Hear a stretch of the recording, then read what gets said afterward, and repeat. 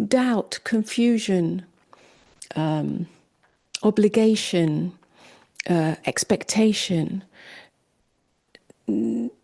all of that creates turmoil within, a turmoil of thought, a turmoil of feeling. Be unconcerned. Just be unconcerned.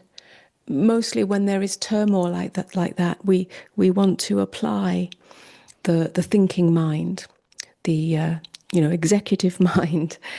Well, if I think this and I can't make up my mind, and maybe I feel this, but then I feel that. We try to find the right position in ourselves, and it's always a polarity. If it's not this, then it's this, and then we swing a pendulum. Yeah. So don't enter the turmoil. Let the turmoil be. Hang out. Hang out. That's what I mean. Be quiet within the turmoil. Yeah? Don't try and be quiet. But by hanging out, which is a kind of waiting, that's the unknown. It's got no position in it. Then the turmoil will take care of itself. It will either subside or it will crystallize into a clear view, or simply quietness will remain. And what seemed to be such a problem, such a tempest within, is no longer that.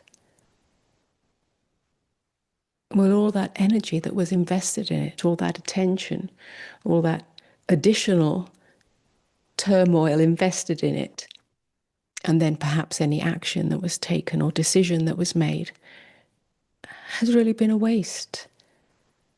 A waste that takes you away from your innate wholeness. There's a lot of energy, if you like, life energy in our true authority. When it's overridden or ignored or just simply not allowed, if you like, much of our life force gets siphoned off into these areas of turmoil, indecision, confusion that we feel that we have to find our way through. So we could say that authority, our true authority, which is listening to true intelligence or allowing true intelligence to move you,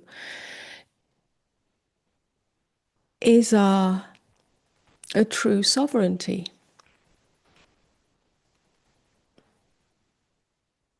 Again, it's not a position of higher than or rightness. It's invisible.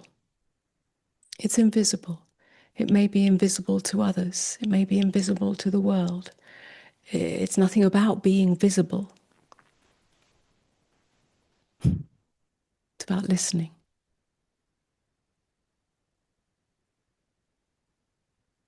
And in that you are free. You are free of all preconceptions. You are free of how you should be, what you should be, how you should be thinking, how you should be feeling, what you should be doing, what's right, what's wrong.